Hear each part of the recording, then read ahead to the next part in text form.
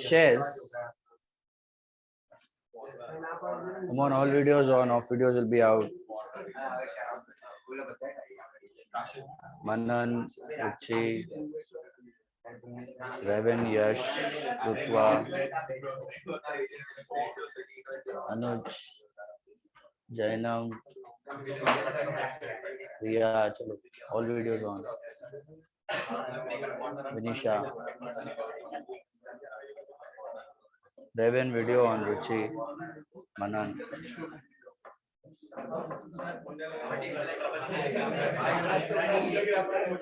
Megha, sir मैं बे device से login कर रहा हूँ। I got it.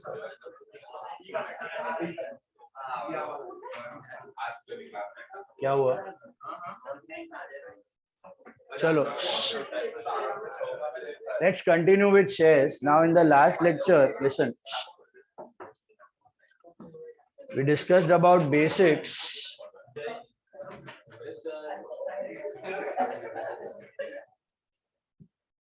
In the last lecture, we discussed about basics of shares, right? So, who can issue the shares to the public? So, it is basically a public limited company. Okay, public limited company. There's a difference between a public company and a public limited company. Public company मतलब government holding वाला. Public limited company मतलब the company that can raise money from people. Okay. So private limited company, can it issue shares to the public? No, it is not possible. It is done only by public limited company. Now, how to form a public limited company? Okay, how to form a public limited company? So I told you, हवा में से तो company नहीं बनेगा. It has to do the business either in the form of a partnership firm or in the form of a private limited company for few years, at least for few years, so that it can publish the results. तो उसने क्या क्या क्या profits losses किया हुआ है. उसके बाद पब्लिक करने के लिए उनको क्या करना है? Basically some legal formalities, that is they have to register it with the registrar of companies. Every district there is a registrar of companies. वो registrar of companies के ऑफिस में जाके, it's a government office, you go there and you give all your details of the company and you submit two important documents. What are those two important documents? They are called as memorandum of association and articles of association. Memorandum of association and articles of association. Okay, ये दो documents आपको submit करने का है at the time of registration. What is a memorandum of association? You will learn it in OC. Memorandum of association and articles of association. What is memorandum of association? Memorandum of association is basically a document which contains all the details for the purpose of outsiders. Company के outsiders जो होते हैं उनको company की detail चाहिए तो वो refer कर सकते हैं मेमोरेंडम ऑफ एसोसिएशन को.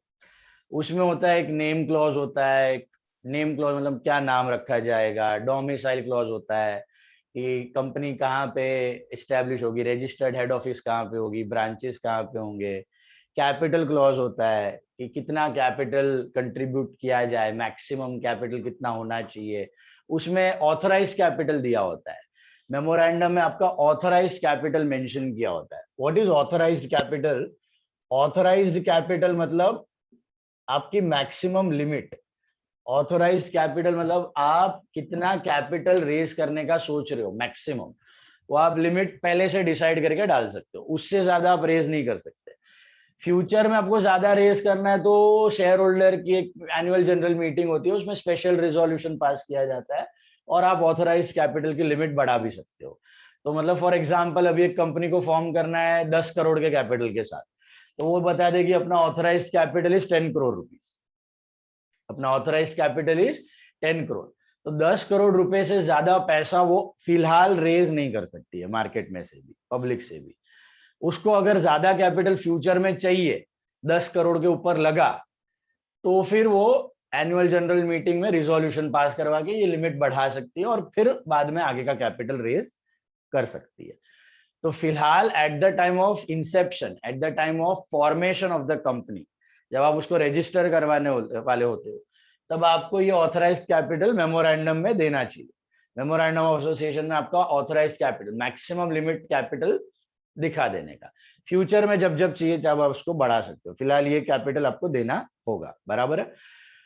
और फिर names and addresses of the directors, their PAN card detail, Aadhaar card detail वगैरह वगैरह, और लाइन ऑफ बिजनेस, कंपनी क्या बिजनेस करने वाली है, फलाना बिजनेस करेगी, सपोज एफएमसीजी की कंपनी है तो एफएमसीजी करेगी कि आगे जाके डाइवर्सिफाई करेगी, स्टील में चली जाएगी, पेट्रोलियम में चली जाएगी, ट्रांसपोर्ट में चली जाएगी, कम्युनिकेशन में चली जाएगी, जो भी लाइन ऑफ बिजनेस होती है, ये सब डिटेल्स आपकी मेमोरेंडम ऑफ एसोसिएशन में देनी चाहिए आपको। The memorandum of association basically has all the details for the use of outsiders like creditors, debtors, government, banks.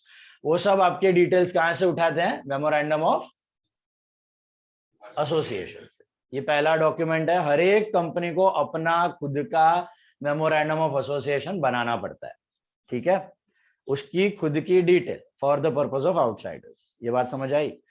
एक और डॉक्यूमेंट उसको बनाना पड़ता है, that is called as articles of association. दूसरा डॉक्यूमेंट होता है articles of association. What is articles of association? ये जो था ना memorandum, this is for external party, बाहर वालों के काम का डेटा यहाँ पे होता है। ये आर्टिकल्स ऑफ एसोसिएशन में क्या डेटा होता है? इंटरनल काम का डेटा होता है, basically internal rules and regulations, internal rules and regulations of the company. जैसे आपने सुना था पार्टनरशिप के वक्त आप पार्टनरशिप डीड बनाते हो, आर्टिकल्स ऑफ पार्टनरशिप भी कहा जाता है उसको। पार्टनरशिप डीड, अग्रीमेंट बनाते हो ना पार्टनरशिप के। पार्टनरशिप कैसे फॉर्म होती है? अग्रीमेंट के फॉर्म। अग्रीमेंट बन गया, पार्टनरशिप रेडी। और रजिस्ट्रेशन इंडिया में मैंडेटरी नहीं है, महाराष्ट्र में खाली कंपलसरी है, rest of India verbal agreement भी चलता है। तो उसको रजिस्टर करवाते हो रजिस्ट्रार ऑफ फर्म्स के साथ, वो लीगल स्टेटस मिल जाता है, उसको लीगैलिटी बन जाती है। तो यहाँ पर कंपनी के केस में you need to have this articles of association that contains all internal rules, internal working of the company में अगर कुछ आपको देखना है तो आप कहां से देखोगे? आर्टिकल्स ऑफ एसोसिएशन से। For example board of directors कितने होने चाहिए, बोर्ड मीटिंग कितने कितने टाइम में होनी चाहिए, डिसीजन, क्योंकि डे टू डे डिसीजन आपके बोर्ड मीटिंग में लिए जाते हैं। एनुअल जनरल मीटिंग में खाली शेयर होल्डर अपॉइंट करके चले जाते हैं, बोर्ड ऑफ डायरेक्टर को, ऑडिटर को, चेयरमैन को, सेक्रेटरी को अपॉइंट करके निकल जाते हैं वोटिंग करके। हजारों शेयर होल्डर होते हैं, तो एक साथ सब तो डिसीजन ले नहीं सकते डे टू डे एक्टिविटीज में। So day to day decision making के जो आपको अगर सपोज कुछ रूल्स बनाने हैं, कंपनी के ऊपर होता है, तो वो रूल्स आप दिखा सकते हो किसमें? Articles of association. Board of director का कंपोजिशन, कितने टाइम पीरियड में मीटिंग होनी चाहिए, कितना कोरा होना चाहिए, मीटिंग का मिनिमम रिक्वायरमेंट क्या होना चाहिए, अटेंडेंस रिक्वायरमेंट। फिर आप अगर किसी डायरेक्टर को लोन देते हो, सैलरी देते हो, अगर कमीशन देते हो तो कौन से रेट से देनी चाहिए, रेट ऑफ इंटरेस्ट क्या होना चाहिए। फिर आगे जाके आप लर्न करोगे calls in arrears, calls in advance होते हैं शेयर्स पे, तो calls in arrears, calls in advance, कौन से रेट से उस पर इंटरेस्ट चार्ज करना चाहिए, वो सब डिटेल बेसिकली आपकी इसमें दी गई होती है। किसमें दी गई होती है? Articles of association. Right issue देना है, बोनस इश्यू देना है, स्प्लिट करना है कि नहीं, ये सब डिटेल्स आप किसमें इंक्लूड करके रखते हो? Articles of association. Internal working of the company के सब डिटेल्स किसमें दिए जाते हैं? आपके articles of association. Is that clear? So two documents the company needs to file with the registrar of companies, with the SEBI, with the stock exchanges, सबके साथ उसको फाइल करना पड़ता है। एक बार ये डॉक्यूमेंट फाइल हो गए, उसके बाद कंपनी को एक सर्टिफिकेट मिलती है, that is called as certificate of incorporation, that is certificate of registration. Certificate of incorporation या सर्टिफिकेट ऑफ रजिस्ट्रेशन, आपने उसी में पढ़ा होगा, company is a corporate body, it has got perpetual existence. Perpetual existence मतलब its existence is different from its members. Member जिंदा है, मर गए, चेंज हो गए, उससे कंपनी को कोई फर्क नहीं पड़ता। कंपनी बन गई, एक बार रजिस्टर करवा दिया, अब उसके अंदर के मेंबर्स, डायरेक्टर्स, प्रमोटर्स भले ही चेंज हो जाए, कंपनी को कोई फर्क नहीं पड़ता। बर्कशायर हैथवे का नाम सुना है? वॉरेन बफेट की कंपनी है। वो कंपनी उसने नहीं बनाई थी, वो एक टेक्सटाइल मैन्युफैक्चरिंग कंपनी थी जो बैंकरप्ट हो चुकी थी इन द ईयर 1945 समथिंग। तो उस भाई ने उस कंपनी को टेक ओवर कर लिया, खरीद लिया, और उसमें री इंश्योरेंस का काम चालू कर दिया। टेक्सटाइल बिजनेस को बंद करके वहां पे री इंश्योरेंस का काम चालू कर दिया, और नाम दे दिया वही जो ओरिजिनल नाम था, बर्कशायर हैथवे। तो Berkshire Hathaway was a original company created by some और अदर प्रमोटर्स, अदर ओनर्स। ये भाई ने उसको खरीद के सेम नाम पे री इंश्योरेंस का बिजनेस शुरू कर दिया और one of the largest companies in the world. नाम वही रखा उसने, कंपनी वही चल रही है, अंदर के मेंबर्स चेंज होते जा रहे हैं। Are you understanding this? So एक बार कंपनी फॉर्म हो गई, उसके बाद उसकी खुद की आइडेंटिटी है। आप अभी जो थर्ड पार्टी है वो डायरेक्टर से डील नहीं कर रहे हैं, शेयर होल्डर से डील नहीं कर रहे हैं, कंपनी से डील कर रहे हैं। किससे डील कर रहे हैं? कंपनी से। और आपकी लायबिलिटी भी लिमिटेड हो गई। Once you form a company, every member's liability becomes limited. Partnership में ऐसा नहीं था, सोल प्रोप्राइटर में ऐसा नहीं था। सोल प्रोप्राइटर और पार्टनरशिप में what was the nature of liability? मतलब पार्टनर ने पैसा लगाया, उतना तो डूबेगा ही, और क्रेडिटर को चुकाना है तो घर से पैसा लाना पड़ेगा। यहाँ पे ऐसा नहीं है। कंपनी में आपने 10 लाख रुपया डाला है, प्रमोटर ने 10 लाख रुपया डाला है, आउटसाइड शेयर होल्डर ने 5 लाख रुपया डाला है, टोटल 15 लाख रुपया आपने डाला है कंपनी में। कल उठ के बैंकरप्सी हो गई, धंधा अच्छे से नहीं चला और आप पे कर्जा हो गया 50 लाख का, कर्जा हो गया, आपके लोन हो गए 50 लाख के, तो आपको 15 लाख ही, मतलब जो आपके पैसे थे वही डूबेंगे। बाकी ऊपर के 35 लाख आपको घर से लाने की जरूरत नहीं है, कोई जरूरत नहीं है। आपका personal property can never be attached in case of companies, limited liability हो जाती है आपकी। Is this clear? ये एक एडवांटेज हो जाता है कि बाहर वालों की लायबिलिटी, वो लोग की बैड डेट, आपकी डेफिशिएंसी, आपको घर से पैसा लाने की जरूरत नहीं है, वो लोग को भुगतना पड़ेगा, क्योंकि they know they are dealing with a company, they are dealing with a public limited company. But if your motive is fraudulent, then all your personal properties can be attached, like what is happening in case of Vijay Mallya and Nirav Modi. They did it on purpose, they did it on purpose। उनके पास दूसरा assets होते हुए भी वो लोग fraud करके भाग गया है। तो यार पर्सनल प्रॉपर्टी कुछ नहीं, सब अटैच हो जाएगा। बट जेन्युइनली प्रॉब्लम है, अनिल अंबानी बिजनेस कर ही नहीं पाया, जेन्युइन प्रॉब्लम है, तो उसका घर बारी कोई अटैच करने वाला नहीं है। जेन्युइन लॉसेस की वजह से, कंपटीशन की वजह से, पुअर मैनेजमेंट की वजह से आपकी बिजनेस बंद हो गए, तो आपका personal property can never be attached in case of a company, public limited company. Okay, is this part clear? So यहां पर आपको मिलता है क्या? Certificate of incorporation. आप रजिस्ट्रार ऑफ कंपनीज के पास, रजिस्ट्रार ऑफ कंपनीज के पास अपनी कंपनी रजिस्टर करवा देते हो। यहां से आपको मिलता है certificate of incorporation, that is certificate of registration. इसके बाद होता है आपका पब्लिक इश्यू। आपको पैसे रेस करने हैं तो आप एक प्रोस्पेक्टस फाइल करोगे, सेबी के साथ फाइल करोगे पहले, और पब्लिक में अनाउंस कर दोगे कि भाई हमारी कंपनी है, रजिस्टर हो चुकी है, अभी हमें पैसों की जरूरत है, हमें पैसों की जरूरत है, समझो 10 लाख रुपए, 1 करोड़ रुपए की जरूरत है। कल हमने बताया था, उसका डिस्कशन किया था, याद है? शेयर्स में डिवाइड करेगी कैपिटल को, और शेयर्स ऑफर करेगी पब्लिक, और 60,000 शेयर्स थे, फिर 12 और ऑफर किए उसने। ऐसे पब्लिक इश्यू में वो शेयर्स ऑफर करती है, उसको बोलते हैं आईपीओ, इनिशियल पब्लिक ऑफरिंग। उसमें सब एडवर्टाइज करेगी, इश्यू ओपन करेगी, 4 से 5 दिन तक इश्यू ओपन रहता है। वो 4 से 5, जरूरी 3 दिन का भी रहता है, कभी कभी 3 से 5 दिन इश्यू ओपन रहता है। जिस शेयर होल्डर को अगर इन्वेस्ट करना है, आपके पास डीमैट अकाउंट होना जरूरी है उसके लिए। You need a demat account with a broker account, demat account चाहिए आपको। फिर आप उसको ब्रोकर को बोल दो, या अभी ऑनलाइन हो गया, अब स्टॉक जीरो था, आप खुद भी इन्वेस्ट कर सकते हो, जितना आईपीओ में डालना आप पैसा डालो, आपकी मर्जी। और फिर एक बार वो पैसे कंपनी के पास आ जाए, ओके, कंपनी के पास पैसे आने चाहिए, और कितने आने चाहिए? सपोज हमारे एग्जांपल में याद है, उसने 12,000 शेयर्स ऑफर किए थे पब्लिक को, तो उसको मिनिमम 10,800 शेयर्स का सब्सक्रिप्शन मिलना ही चाहिए। मतलब 90%, बेसिकली 90% उसको सब्सक्रिप्शन मिलना चाहिए। Public should be interested in buying at least 90% of the shares. हमारे एग्जांपल में 12,000 थे, अगर आपको याद होगा, एग्जांपल में याद है 12,000 इश्यू किए थे, उसमें से 90% की ऑफर आनी चाहिए पब्लिक से कि भाई we are interested in buying the shares. अगर आपको बाय चांस 10,500 शेयर्स की ऑफर आई, तो फिर कंपनी आगे नहीं जा सकती है। उसको उधर से उसको ट्रेडिंग सर्टिफिकेट नहीं मिलेगा। 2 सर्टिफिकेट चाहिए उसको चालू करने के लिए बिजनेस। एक है सर्टिफिकेट ऑफ इनकॉर्पोरेशन, जो उसको रजिस्ट्रेशन पे मिलता है, और दूसरा जब उसके शेयर सब्सक्राइब हो जाते हैं, पैसे आ जाते हैं, तो उसको सेबी से मिलता है ट्रेडिंग सर्टिफिकेट। ये मिलने के बाद वो काम चालू कर सकती है। लेकिन ट्रेडिंग सर्टिफिकेट नहीं मिला तो वो उधर ही अटक जाएगी, ये पूरा पैसा उसको रिफंड करना पड़ेगा, धंधा बंद, खादू पीदू राज बद्दू बंद। तो मिनिमम 90% शेयर्स सब्सक्राइब्ड होना ही चाहिए, मतलब इन्वेस्टर को 90% शेयर का पैसा उसको देना ही चाहिए, तो ही वो धंधा आगे बढ़ा सकती है। 90% मतलब 10,800 का 12,000 शेयर का इशू है, 10,800, 11,000, 11,500 कितने भी शेयर्स पे पैसा आए चलेगा, लेकिन इससे कम नहीं होना चाहिए, इससे कम हुआ तो रिस्क है। मतलब पब्लिक को आपकी कंपनी में इंटरेस्ट नहीं है, सिंपल एज दैट। पब्लिक को आपकी कंपनी में इंटरेस्ट नहीं है, अभी आप 90% ही पैसा कलेक्ट नहीं कर पा रहे हो, मतलब इंटरेस्ट नहीं है, मतलब धंधा बंद करो और निकल जाओ, ऐसा तो आप रेज करने में सक्सेसफुल नहीं हो पैसे।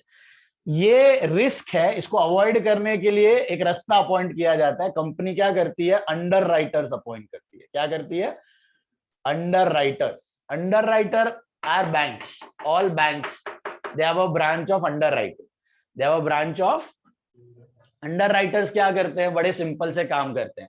सपोज आपने 10,800 शेयर्स इश्यू किए और पब्लिक ने सब्सक्राइब किए खाली 10,500, एप्लीकेशन मिले आपको 10,500 शेयर्स के, कितने घट रहे हैं, वो 300 शेयर खरीद लेगा अंडर राइटर।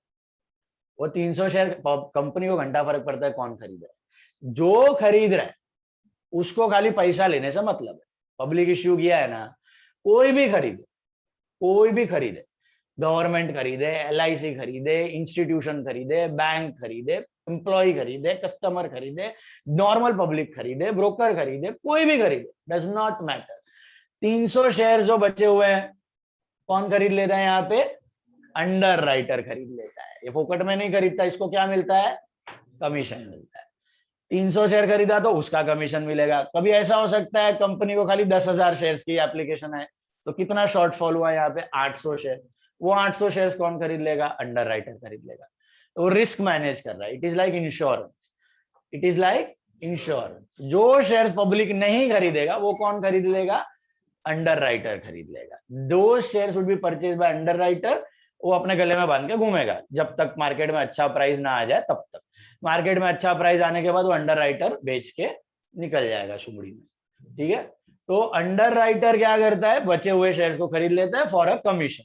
तो आज के दिन पे, प्रेजेंट डे पे, ऐसा कभी नहीं होता कि आपको ट्रेडिंग सर्टिफिकेट ना मिले ड्यू टू अंडर सब्सक्रिप्शन, क्योंकि प्रेजेंट डे पे हर एक कंपनी सावधान हो चुकी है। हर एक कंपनी अंडर राइटर अपॉइंट करती करती और करती ही है।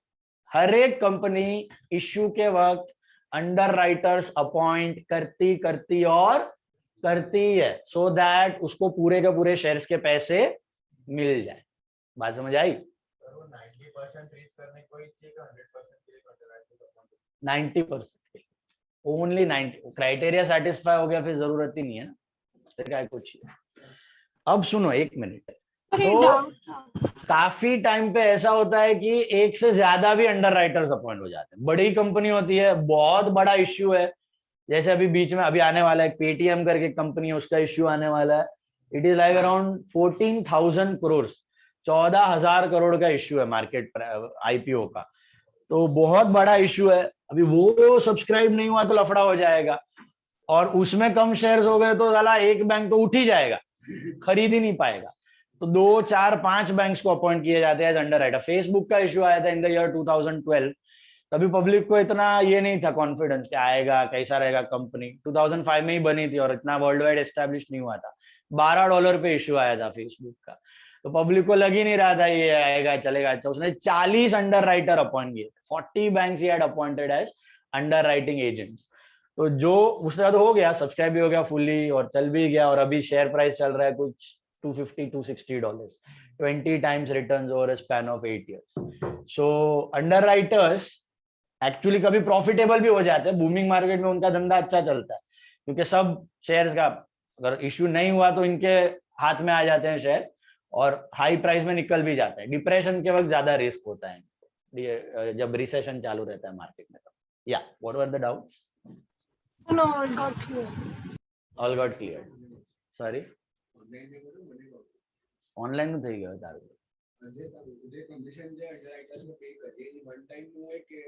One time. ઇશ્યુ ના વખતે ઘડી ઘડી ઇન્સ્યોરન્સ પ્રીમિયમ નહીં લેવું. ક્લેમ જેવું હોય ને, પણ અગર વધારે થઈ ગયા 90% થઈ ગયા તો કમિશન તો આપવું પડશે ને. કમિશન તો આપવાનું જ છે, ખાલી શેર એ લોકો ના પરચેસ ના ના એ તો એની મરજી ક્યાં સુધી હોલ્ડ કરે. 5 દિવસ 4 દિવસ 3 થી 4 દિવસ. I told you ना, issue window remains open for 3 to 4 days, maximum 5 days कभी. जनरली 2 से 3 दिन ही रखता है. अभी तो 2 दिन भी कर दिया कितना लोग. जनरली पहले 3 से 5 दिन होता था. आपको ऐसा एडवर्टाइजमेंट आता है, मैं आपको एक व्हाट्सएप पे ऐड शेयर करता हूँ आईपीओ का, देखो उसमें. हाँ जोमेटो का आया था अभी. अभी तो सब ओवरस्कैप है. मैं तुमको क्या बोला, बूमिंग मार्केट में लफड़ा नहीं रहता, सब घोड़ा गधा डुक्कर सब चलता है, सबको पैसा मिलता है. प्रॉब्लम होता है बेयर मार्केट, तभी पैसा ही नहीं आता है. देखो एक रोलेक्स रिंग्स आईपीओ था, एक रोलेक्स रिंग्स आईपीओ करके एक आया था. मैं आपको होमवर्क ग्रुप में एक मैसेज डाला है, देखो उसको. ऐसा डिटेल्स दिया रहता है. रोलेक्स रिंग्स आईपीओ दिखा. इश्यू डेट्स 28 to 30 जुलाई, 3 दिन का ही था. 28, 29, 30. इश्यू साइज 700 करोड़, 700 करोड़ का आईपीओ था. Issue price 960 to 970. Face value नीचे दिया है 10 रुपया. हाँ जुलाई, हाँ वही अगस्त में लिस्ट हुआ था. देखो 28 to 30 जुलाई दिख रहा है. 3 दिन का विंडो, इसमें जिसको अप्लाई करने का है करो. 700 करोड़ का आईपीओ. Issue price 960 to 970. तो आपको मैंने याद है हमारा इश्यू 10 रुपए का शेयर 250 रुपए में हमने इश्यू किया था. 240 रुपया प्रीमियम. ये 10 रुपए का क्या भाव पे कर रहा है, 960 से 970, 950 रुपया इसमें प्रीमियम है. That premium is a reserve profit of the company. Remember we saw that. Hello. Then lot size 15 share का लॉट साइज, मतलब अगर आपको अप्लाई करना है तो मिनिमम 15 का मल्टीप्लिकेशन में करने का. या तो 15 शेयर के लिए अप्लाई करो, या 30 के लिए करो, या 45 के लिए करो, या 60 के लिए करो. This 15 shares, this depends on the company. किसी में 5 शेयर रहता है, किसी में 12 शेयर रहता है, किसी में 18 शेयर रहता है, किसी में 15 रहता है. जनरली अभी सब लोग 15 शेयर का जनरली फॉलो करते हैं. बट ये lot size depends on the company. कितना भी शेयर्स आपको अप्लाई करना हो आपकी मर्जी, मिनिमम इतना लॉट में करो. 15 शेयर्स के मल्टीपल्स में करो. रिटेल कोटा 35%. अभी इसमें कोटा का मतलब क्या होता है, जब भी कोई कंपनी आईपीओ लेके आती है, समझो ये 12,000 शेयर वो ऑफर कर रही है पब्लिक. हमारे केस में कितने शेयर्स का आईपीओ है, 12,000. जनरली इसमें 3 से 4 कोटा होता है. 3 से 4 कोटा होता है. Depends on the company. What are this quota. एक होता है एफआईआई का कोटा, एक होता है डीआईआई का कोटा, एक होता है एचएनआई का कोटा, और एक होता है रिटेल का quota. What is FII, foreign institutional investors. Foreign वाले कितना सब्सक्राइब कर सकते हैं, से 10%. मतलब 12,000 में से 1200 शेयर्स कौन सब्सक्राइब कर सकता है, फॉरेन. उनका लिमिट है, वो उससे ज्यादा सब्सक्राइब नहीं कर सकते. डीआईए मतलब डोमेस्टिक इंस्टीट्यूशनल इन्वेस्टर. एलआईसी हो गया, देसी म्यूचुअल फंड्स हो गए अपने इंडिया वाले सब, एचडीएफसी एएमसी हो गया, रिलायंस निप्पॉन हो गया, ओके, टाटा का म्यूचुअल फंड हो गया, एसबीआई का म्यूचुअल फंड हो गया. ये सब म्यूचुअल फंड्स भी आपके पैसे डालते हैं आईपीओ में. तो ये डीआईआई हो गए, इंडियन म्यूचुअल फंड्स. ये फॉरेन के म्यूचुअल फंड्स. फॉरेन के भी काफी सारे इन्वेस्टर्स आते हैं ना इंडिया में. फॉरेन का फंड्स आता है, फॉरेन का पैसा आता है. तो फ्रैंकलिन टेम्पल्टन है आपका, मिराय है. तो फॉरेन के म्यूचुअल फंड्स भी आपके आईपीओ में सब्सक्राइब कर सकते हैं. Is this clear. तो फॉरेन वाले का कोटा 10% है, लेसी वाले का ये 10% 20% फिक्स नहीं रहता है, depends on the company. This is suppose 20%. तो 20% मतलब 2,400 शेयर्स कौन खरीद सकता है, इंडियन म्यूचुअल फंड्स. ये फॉरेन म्यूचुअल फंड्स, ये इंडियन म्यूचुअल फंड्स. तीसरा कोटा होता है HNI. HNI stands for high net worth individual, अमीर लोग. हाई नेटवर्थ इंडिविजुअल अमीर लोग नहीं यहाँ पे, और रिटेल में सिर्फ इतना फर्क है कि रिटेल का कैप लिमिट इज 2 लाख, इधर कैप लिमिट नहीं है। कैप लिमिट 2 लाख का मतलब क्या कि अगर मैं रिटेल इन्वेस्टर हूं, समझो रिटेल को कोटा दिया है 35% इन अवर एग्जाम्पल, तो यहाँ पे इसका रहेगा 35% ऐसा। तो रिटेल वाला 35% मतलब 12 3 समझो 36 एंड 42,000 शेयर्स इसके पास, 42,000 शेयर्स रिटेल अप्लाई कर सकता है। 4200 सॉरी 4200 रिटेल अप्लाई कर सकता है, 4200 HNI। तो रिटेल वाला कितना शेयर अप्लाई कर सकता है? मैक्सिमम 4200। HNI वाला भी कर सकता है 4200, लेकिन रिटेल वाले की कैप लिमिट है। क्या लिमिट है? 2 लाख रुपया। मतलब से एग्जाम्पल चैत्य को रिटेल में जाने का इन्वेस्ट करने के लिए 2 लाख से ज्यादा वो रुपया डाल नहीं सकता। 2 लाख रुपीज से ज्यादा वो डाल, इसलिए वो 15 शेयर दिया है। अगर आप 15 इंटू 960 करोगे ना तो अप्रोक्स 2 लाख के आजू बाजू की वैल्यू आएगी। 15 इंटू 960 करोगे ना तो 1.5-2 लाख आसपास की आजू बाजू की वैल्यू आपको मिलेगी। तो आप उससे ज्यादा अप्लाई 2 लाख तक कर सकते हो ऐसा।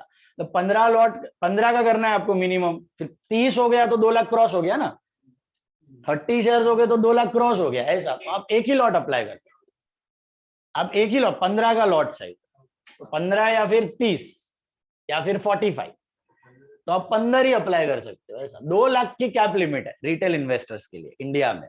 पहले 1 लाख थी, 6-7 साल पहले इसको 2 लाख की गई। तो आप 2 लाख से ज्यादा अप्लाई नहीं, इसलिए आपने देखा होगा जो लोग घर पे आईपीओ अप्लाई करते हैं ना, सबके अकाउंट से करते हैं। बेटे का एक अकाउंट होता है, वाइफ का एक अकाउंट होता है, पप्पा का होता है, मम्मी का होता है, 6-7 अकाउंट में से अप्लाई कर देते हैं। तो क्या है, हर एक आप 2-2 लाख का करोगे हर एक अकाउंट में से, तो आपको ज्यादा शेयर्स लगने के चांसेस है। तो इसके लिए 2 लाख की पर पर्सन 2 लाख की लिमिट है, उससे ज्यादा पैसा डाल ही नहीं सकते। आप बोलोगे मेरे को बहुत अच्छा कंपनी लगता है, मेरे को 10 लाख का आईपीओ डालने का, तो आप रिटेल में नहीं डाल सकते, आपको HNI में जाना पड़ेगा। आपको किस में जाना पड़ेगा? HNI में जाना पड़ेगा।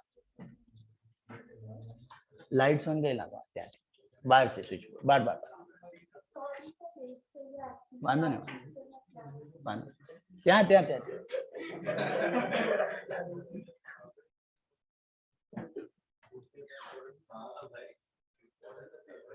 फैन पकड़ नहीं जो सेट टाइम कमिंग। सो अगर आपको इसमें 2 लाख से ज्यादा अप्लाई करना है ना, तो आपको कौन से कैटेगरी में जाना पड़ेगा? HNI कैटेगरी में जाना पड़ेगा। Then you will be considered as HNI category. तो सबका ओवर सब्सक्रिप्शन, ये इसका मैक्सिमम 1200 ही है, इससे ज्यादा शेयर्स अलॉट करेगा ही नहीं कंपनी। इसका मैक्सिमम लिमिट 2400, 20%, उससे ज्यादा अलॉट करेगा ही नहीं। इसका मैक्सिमम 4200, इसके मैक्सिमम 4200, इससे ज्यादा शेयर्स इनको मिलने वाला नहीं है।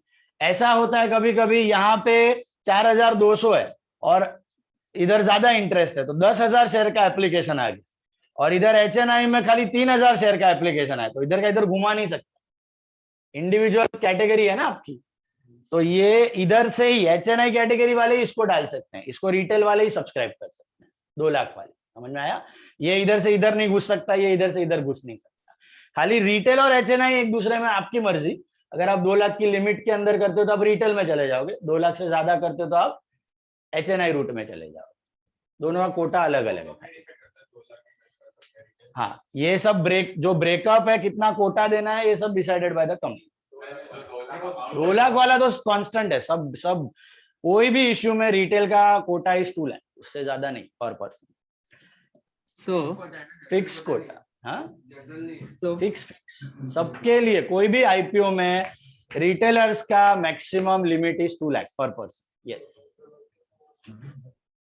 Hello.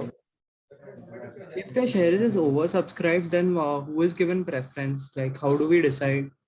to that's whom? What ना, ओवर सब्सक्राइब होने दो ना, कैटेगरीज है। रिटेल का ओवर सब्सक्रिप्शन में इसको प्रोपोर्शनेट नहीं मिलेगा। अभी इधर रिटेल का 4200 का समझो 10,000 शेयर आ गया, तो ऑलमोस्ट डबल आ गया ना, तो 2:1 में जाएगा इसको। HNI का 4200 के लिए 4200 ही आया, तो सबको शेयर अलॉट हो जाएंगे, नो ओवर सब्सक्रिप्शन। इंस्टीट्यूशन में FIA में आपको कोटा दिया था 1200 और आपने समझो अप्लाई कर लिया 2400 का रिक्वायरमेंट आ गया, तो इसको भी 1:2 में जाएगा। इंडिविजुअल कैटेगरी के हिसाब से आपको शेयर्स अलॉट होंगे, प्रोपोर्शनेट बेसिस पे होता है। प्रोपोर्शनेट हुआ ना, Okay. 4200 था, उसको समझो 8400 का एप्लीकेशन आ गया, तो डबल आ गया ना। तूने 2 अप्लाई किया, मतलब तूने 15 अप्लाई किया है, तो तेरे को 7 शेयर्स अलॉट होंगे। किसी ने 30 किया है, उसको 15 अलॉट होंगे। किसी ने 150 अप्लाई किया था, उसको 75 अलॉट होंगे। That 1:2, that's how they allot category wise, proportionate basis. समझा? Proportionate basis. ऐसा भी होता है 4200 का लिमिट है ये लोग का, और शेयर्स का एप्लीकेशन आ गया 42,000। कितना एप्लीकेशन आ गया? 42,000, जो कि होता है प्रेजेंट डे में। लिमिट कितनी थी? 4200 की, और शेयर्स के कितने आ गए? सब्सक्रिप्शन कितने का आ गया?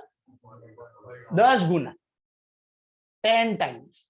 तो 1:10 का रेशियो में, मतलब तूने 15 शेयर अप्लाई किया, देखो 1 शेयर लगेगा, 1 शेयर। जिसने 300 शेयर अप्लाई किया उसको 30। जिसने 30 अप्लाई किया उसको 3 शेयर लगेगा। तो आप बोलते हो ना कभी 1 शेयर लगा, 1 भी नहीं लगा, 1 लगा, 2 लगा, ऐसा होता है प्रेजेंट डे में। इतना ज्यादा भी ओवर सब्सक्रिप्शन हो जाता है कि साला 1 शेयर भी ना लगे, फिर कंप्यूटर रैंडमली चूज करता है, एल्गोरिदम के हिसाब से रैंडमली चूज करता है। इसको 1 शेयर लगा, इसको 1 भी नहीं लगा, इसको 2 शेयर लगा, इसको 1 भी नहीं लगा, ऐसा हालत हो जाता है। अगर बहुत गुना ओवर सब्सक्राइब हो गया तो that's why IPO is like a lottery in booming market. जितना नहीं लगा उतना पैसा वापस, सर अगर जितना तुमको लगा उतना ही पैसा जाएगा। नहीं जाता, फ्रीज हो जाता है। हाँ, ASBA application supported by blocked amount. तुम्हारा पैसा ब्लॉक हो जाता है। 2 लाख रुपया तुमने डाला है ना, तो निकलेगा नहीं, फ्रीज हो जाएगा। फिर जितना अलॉट हुआ, समझो 1 शेयर अलॉट हुआ, तो 960 रुपया कटेगा, बाकी unfreeze, you can use for any other. 10 दिन जब तक लिस्ट अलॉटमेंट आई थिंक हफ्ते भर में हो जाता है, और उसका नेक्स्ट वीक में लिस्टिंग रहता है, तो हफ्ते भर तक वो पैसा ब्लॉक्ड रहता है बस, उसके बाद अनफ्रीज। यस सर अगर एक कोटा कम सब्सक्राइब हुआ और दूसरा ज्यादा सब्सक्राइब हुआ, तो वो बैंक कोई भी कोटा बैंक खरीद लेता है, अंडर राइटर्स खरीद लेता है, कोई भी कोटा में वो लोग खरीद सकता है। कोई भी quota underwriters can buy in any. Now उधर देखो, बाद में आगे डेट्स दिया हुआ है। Basis of allotment 4 August, initiation of refund 5 August, मतलब 4-5 अगस्त बोला ना, एक हफ्ते में आपको पता चल जाएगा पैसा जा रहा है कि कट रहा है कि नहीं। Credit of share 6 August, IPO listing date 9 August. 9 अगस्त को बीएसई एनएसई पे लिस्ट ओके, ट्रेडिंग चालू हो जाता है वहां से। नाउ ये देख लो जरा 2 मिनट, अभी जो भी समझाया मैंने, memorandum of association, articles, internal external, okay, registration certificate, trading certificate, IPO, बराबर से देख लो 2 minutes. Welcome, if you have any doubt you ask, then we move to the next part. હવે તને બેસિક માં ને પ્રોબ્લેમ થાય છે ને એકદમ ગોલ્ડન રૂલ્સ ને એમાં ફ્રેમ કરવામાં, તો તું સ્ટાર્ટ ટેબલ આવડે છે તને પહેલા? Analysis table, what to be debited, what to be credited, rules applicable ને ફાવે છે? Assets, liabilities, expense, income, asset વધ્યા તો ડેબિટ, ઘટ્યા તો ક્રેડિટ, લાયબિલિટી વધી તો ક્રેડિટ, ઘટી તો ડેબિટ, એક્સપેન્સ વધ્યો તો ડેબિટ, ઘટ્યો તો ક્રેડિટ, ઇન્કમ વધી તો ક્રેડિટ, ઘટી તો ડેબિટ. તો બેસિક સમજી આનાથી ચાલુ કર. નરેશન નહીં લગ, ચાલશે. ચાલુ કર અને સોલ્વ કરીને રાખ, એક સાથે ચેક કરીને પછી ડાઉટ ક્લિયર કર. ઓકે, ગાય નહીં કર, આરામથી જો. બે અકાઉન્ટ શું છે? Identify the 2 account. બે જ અકાઉન્ટ હશે transaction. Purchase goods for cash तो परचेज અને cash, sold goods for cash तो कैश અને सेल्स. परचेज ऑन क्रेडिट, खबर है? क्रेडिट पार्टी का नाम होना चाहिए, कैश के बारे में कुछ नहीं. तो पार्टी અને परचेज, पार्टी અને सेल्स. બે અકાઉન્ટ આઈડેન્ટિફાય કરવાના, એને ક્લાસિફાય કરવાના, એસેટ છે કે લાયબિલિટી છે કે એક્સપેન્સ છે કે ઇન્કમ છે, અને પછી રૂલ અપ્લાય કરવાનો. હા, એક ડેબિટ હશે તો બીજો ઓટોમેટિકલી ફિટ થઈ જશે ક્રેડિટ. તો રૂલ અપ્લાય કરીને જ કરશે.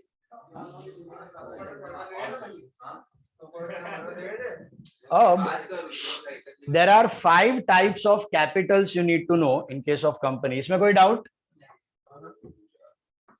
अभी ये सब जो मैंने बताया ये प्रेजेंट डे सिचुएशन है आपके नॉलेज के लिए. आपको जो सैडली चैप्टर है वो 20 साल पुराना है, ठीक है? तो आपका मम्मी पापा के टाइम का चैप्टर है ये.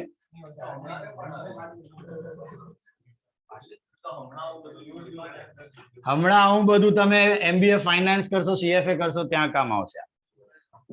હમણાં આ બધું તમને 12th સ્ટાન્ડર્ડ માં નથી સાહેબ. Now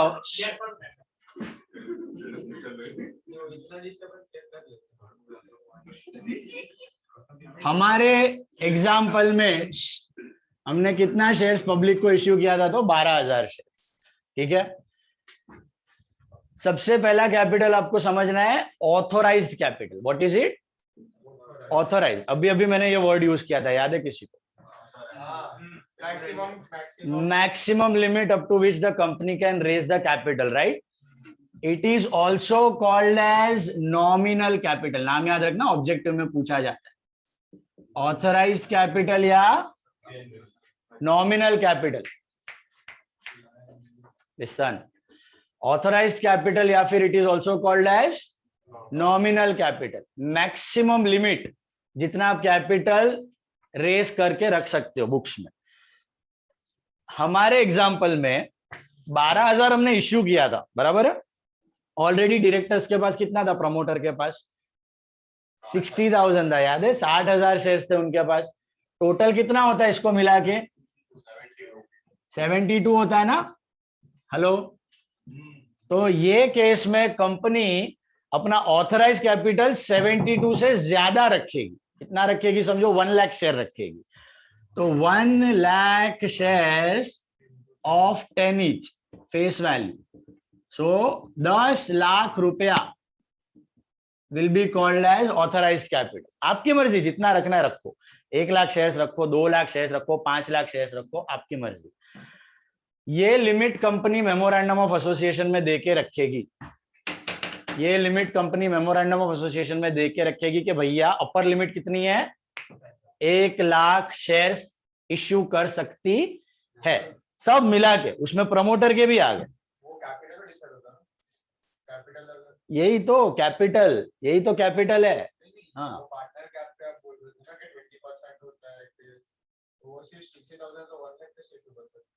वही तो मैं बोल रहा हूँ, अपर लिमिट है.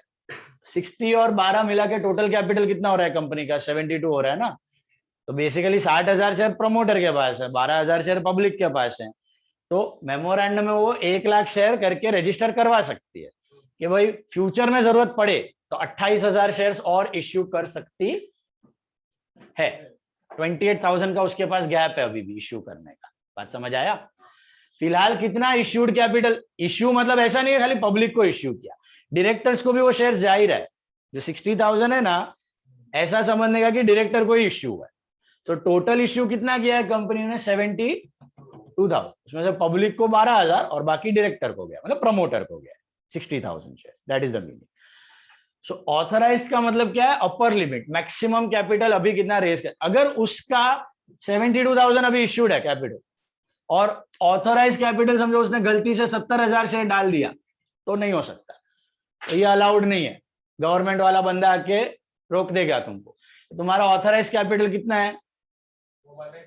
70. वो बाद में एजीएम में, शेयर होल्डर मीटिंग में. अगर ऐसा हुआ कि अभी ये कंपनी है उसका फॉर एग्जांपल 10 लाख था और फर्स्ट ईयर में बिजनेस बहुत अच्छा हुआ, 10 लाख के ऊपर जा रहा होगा, तो बिजनेस अच्छा हुआ तो सेल्स बढ़ेगा, प्रॉफिट बढ़ेगा, कैपिटल थोड़ी बढ़ेगा. कैपिटल तो तू मंगवाएगा तो बढ़ेगा ना, इश्यू करेगा. शेयर प्राइस तो बढ़ गया, उससे इसको कोई लेना देना नहीं है. ये फेस वैल्यू पर रिकॉर्ड होगा. Got it? कंपनी का देखो, याद रखना, कंपनी के बिजनेस को मार्केट प्राइस ऑफ शेयर से कोई लेना देना. मार्केट प्राइस शेयर बढ़े कि घटे, डांस करे कि ऊपर जाए कि ऑल टाइम हाई कि ऑल टाइम लो, बिजनेस को कोई फर्क. तुम अचीजा होटल का ओनर है, अपना धंधा कर रहा है, पाव भाजी बना के बेच रहा है. कल उठ के तुम्हारा होटल कोई खरीदना है, बोला मैं 10 करोड़ देगा, तो बोला नहीं बेचेगा, जा. तुम अपना धंधा कर रहा है, 2 महीना बाद कोई आया बोले मैं 20 करोड़ देगा, बोला भाग नहीं जाने, नहीं देने का मेरे। 6 महीने बाद कोई आया बोला 25 करोड़ देने का, बोला नहीं देने का, जा। मेरा धंधे को कोई फर्क पड़ रहा है उससे? That is what is share price and company का बिजनेस।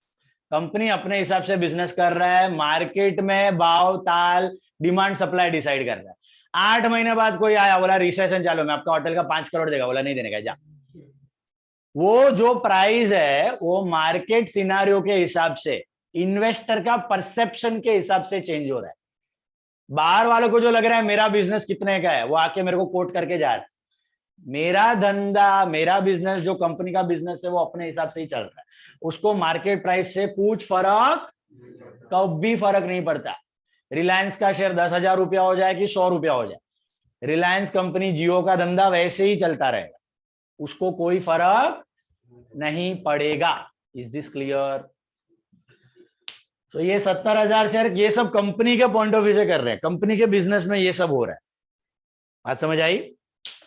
तो 70,000 शेयर्स हुआ तो क्या आप 72 का इश्यू बता सकते हो? नहीं, इसलिए आपकी अपर लिमिट क्या होनी चाहिए? ज्यादा होनी चाहिए। बात समझ आया? तो सर 72 का 72 हो सकता है। हाँ, 72 हो सकता है। It can be equal to और मोर, बताता हूं, उस पर भी आता हूं मैं। तो 1 लाख शेयर सपोज आपका ऑथराइज्ड कैपिटल है, ये समझ आई अपर लिमिट। उसके बाद दूसरा कैपिटल होता है इश्यूड कैपिटल। क्या होता है? इश्यूड। हमारे एग्जांपल में 72,000 is issued capital. 72,000 shares of 10 each, मतलब 7,20,000। This is called as issued capital. बात सुनो ध्यान से। 72,000 shares of 10 each, this is called issued. Issued मतलब खाली पब्लिक का इश्यू नहीं, डायरेक्टर, प्रमोटर, पब्लिक सब मिला के। एट प्रेजेंट कितने शेयर होल्डर, कितना शेयर है सबके पास मिला के? 72,000। That is called issued capital. That is called issued capital. Can issued capital B more than authorised capital? Impossible. Can it be equal to authorized capital? Yes, it can be equal to or less than authorized. Issued can be equal to or less than authorized capital. કેટલું પણ રાખી છે, કેટલું પણ રાખી છે, તારી મરજી. Upper limit કેટલું પણ રાખ, તારી મરજી. રજિસ્ટરમાં કરાવીને રાખી દે, પછી એનાથી ઉપર નહીં જવાનું, એનાથી નીચે જ રહેવાનું ઇશ્યુમાં. ओके, यहाँ पे गैप है, कितने का गैप है? 28,000 शेयर। उसको क्या बोलोगे आप? That is called as unissued capital. That is called as unissued capital. 28,000 share. Unissued का मतलब समझा? अभी तक इश्यू, फ्यूचर में कभी और पैसा चाहिए तो आप और पैसा रेस कर सकते हो। 28,000 उसको बोलते हैं FPO, follow on public offer. उसको बोलते हैं एफपीओ। आईपीओ मतलब इनिशियल पब्लिक ऑफरिंग, पहली बार पैसा रेस किया। एफपीओ मतलब फॉलो ऑन पब्लिक ऑफर, बाद में भी आप रेस कर सकते हो मार्केट में से, ठीक है? आई पब्लिक से और शेयर रेस कर सकते हो पैसा। इश्यूड समझा, ऑथराइज समझा। तीसरा होता है subscribed capital. Subscribed capital, what is subscribed capital? देखो टोटल कितने शेयर्स हमने इश्यू किए थे? 72,000, मतलब 60,000 डायरेक्टर प्रमोटर के और 12,000 पब्लिक को। समझो पब्लिक को आपकी कंपनी में थोड़ा कम इंटरेस्ट है, पब्लिक को कम इंटरेस्ट है, उन्होंने 11,000 शेयर ही सब्सक्राइब किए। कितने? 11। तो 60 डायरेक्टर के वो तो छोड़ेंगे नहीं, उनके तो है ही ऑलरेडी, और 11 पब्लिक के, तो 71,000 shares of 10 each, which will be called as 7,10,000. This is called what? Subscribed capital. This is called subscribed capital. Subscribe capital कितना होना चाहिए आपका मिनिमम? अभी अभी बताया लिमिट ऑफ सेबी 90%। 90% से कम नहीं होना चाहिए। 90% से कम हुआ तो लफड़ा। सॉरी, 12,000 नहीं, टोटल का 90%, डायरेक्टर सब मिला के। हाँ, in this case it is 70। बच्चा वो नहीं ले सकता, जो पब्लिक को इश्यू किया कोटा रहता है ना, उसमें प्रमोटर का कोटा नहीं है। रिटेल वाले को रिटेल का कोटे का लेना पड़ेगा, एचएनआई वाले को एचएनआई का लेना पड़ेगा। वो सबने नहीं लिया तो फिर बैंक्स आ जाएगा अंडर राइट, वैसा उसमें प्रमोटर नहीं ले सकता। तो 71,000 shares of 10 each, that is 7,10,000. This is called subscribe. Total capital जितना भी आपने इश्यू किया है ना, डायरेक्टर, प्रमोटर, शेयर होल्डर सब मिला के, उसका 90% ये होना ही चाहिए। इश्यूड का 90% होना ही चाहिए, 90% से कम नहीं चलेगा। ओके, हमारे एग्जांपल में तो 60 पड़ा हुआ था, वो 72 का 72 इश्यू किया हुआ है, प्रमोटर के पास हार्डली 1% है। ऐसा भी होता है। इन्फोसिस वगैरह है ना, इन्फोसिस है, L&T है, लार्सन एंड टुब्रो, इन सब कंपनीज में 1% ही होल्डिंग है प्रमोटर के पास, 99% पब्लिक में इश्यूड है। तो ऐसा भी हो सकता है कि 72,000 शेयर्स में पूरा का पूरा 72,000 पब्लिक को इश्यू किया हुआ है, खाली 700-800 शेयर्स प्रमोटर के पास, 71,000 शेयर्स आपने इश्यू कर दिया। ऐसा भी हो सकता है पब्लिक। हाँ, तो AGM में डिसाइड होता है who will be the board of director, who will be the chairman, majority of voting rights. समझा? तो they are professionally managed companies, इसको कहा जाता है professionally managed company. L&T, Infosys, इनमें ज्यादा होल्डिंग प्रमोटर के पास नहीं है, ज्यादा होल्डिंग पब्लिक के पास। 99% holding is with people. Narayana Murthy के पास 1% होल्डिंग है खाली, मोहनदास पै के पास 1% शेयर्स है, सुधा मूर्ति के पास 1% होल्डिंग है, 1% ऑफ इन्फोसिस, दैट्स इट। उससे ज्यादा होल्डिंग्स नहीं। बट बजाज है, आपका महिंद्रा हो गया, कोटक हो गया, फिर ये टाटा का तो ट्रस्ट में चला जाता है, Tata trust, Tata and sons है, और उससे मेजॉरिटी होल्डिंग टाटा ट्रस्ट के पास है। रिलायंस हो गया, ये सब में majority holding is with promoter, family owned businesses है।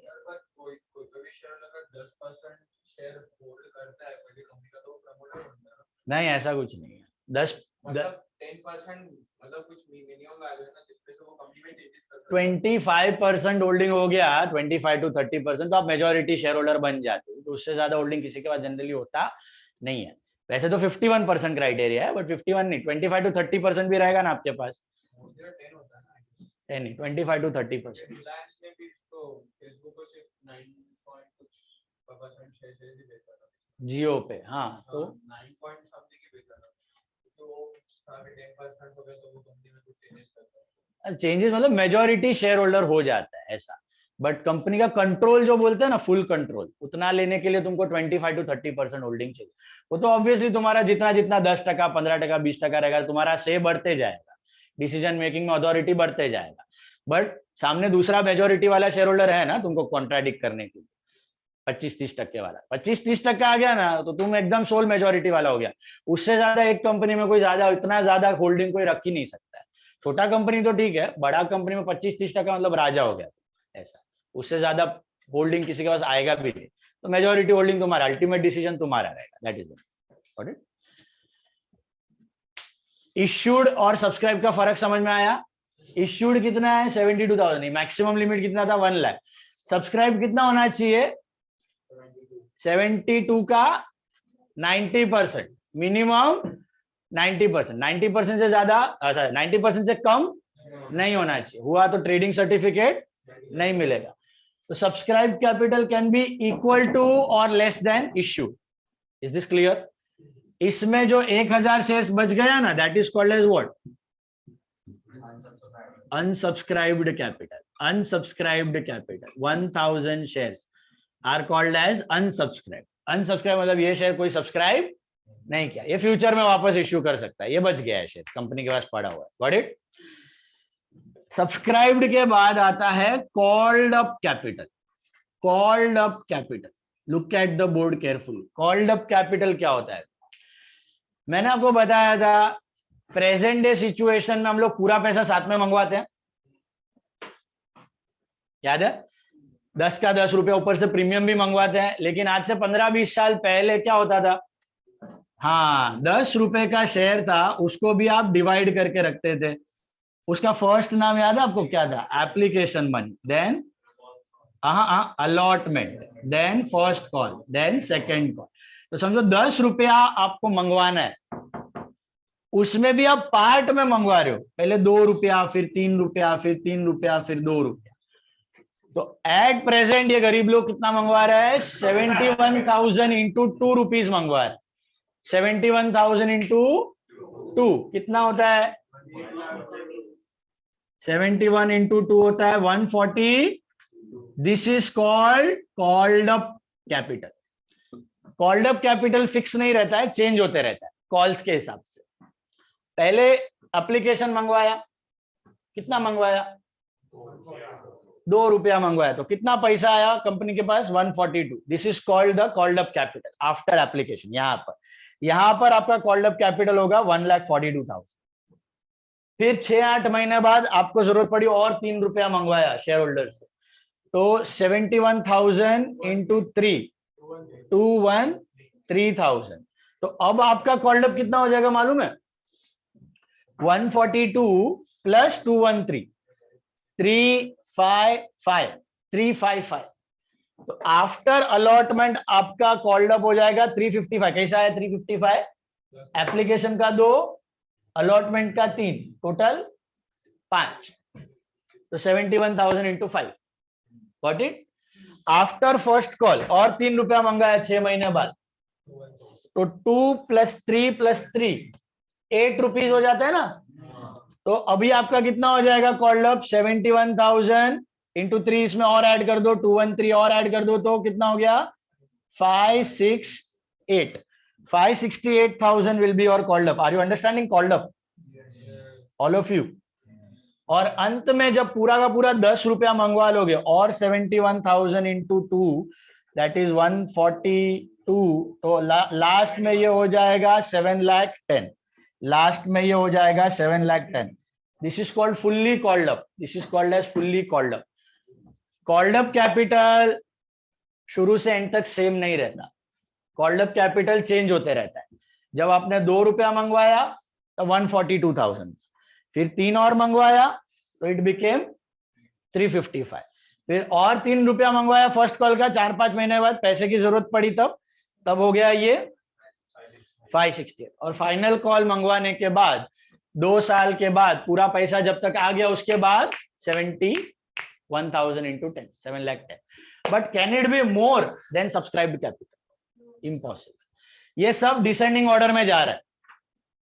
Issued can be equal to और less than authorised, subscribed can be equal to और less than issued, called up can be equal to और less than subscribed capital.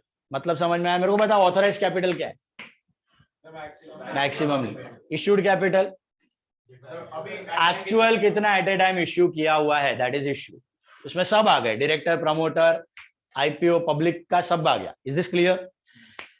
Subscribe मतलब जितना वो लोग ने खरीदा, that should be minimum 90% of issued, then unsubscribed, unissued, वो बीच वाला। फिर called up. What is called up? You got it? Called up part payment मंगवा रहे हो, पूरा पैसा नहीं मंगवा रहे, पार्ट पेमेंट। पार्ट पेमेंट 2 रुपया, 3 रुपया, 4 रुपया शेयर का टुकड़ा करके पार्ट पेमेंट मंगवा रहे हो आप। Is this clear? That is called as called up. The first part is always called as what? Application money. Second, third, then second call and so on and so forth. अब last में एक और 5वां capital है, that is called as paid up capital. That is called as paid up capital. ये आखिरी capital है, इसके बाद सम पे जाते हैं। पेड अप कैपिटल का मतलब क्या? आप सब मेरे शेयर होल्डर हो, मैंने आपसे पैसा मंगवाया, पहले एप्लीकेशन मंगवाया, सबने भर दिया, अलॉटमेंट मंगवाया, सबने भर दिया, फर्स्ट कॉल का पैसा मंगवाया, सबने भर दिया, लास्ट कॉल का 2 रुपया जब मांगा ना, बाकी सबने भर दिया। पूजन बोला सर पैसा नहीं है।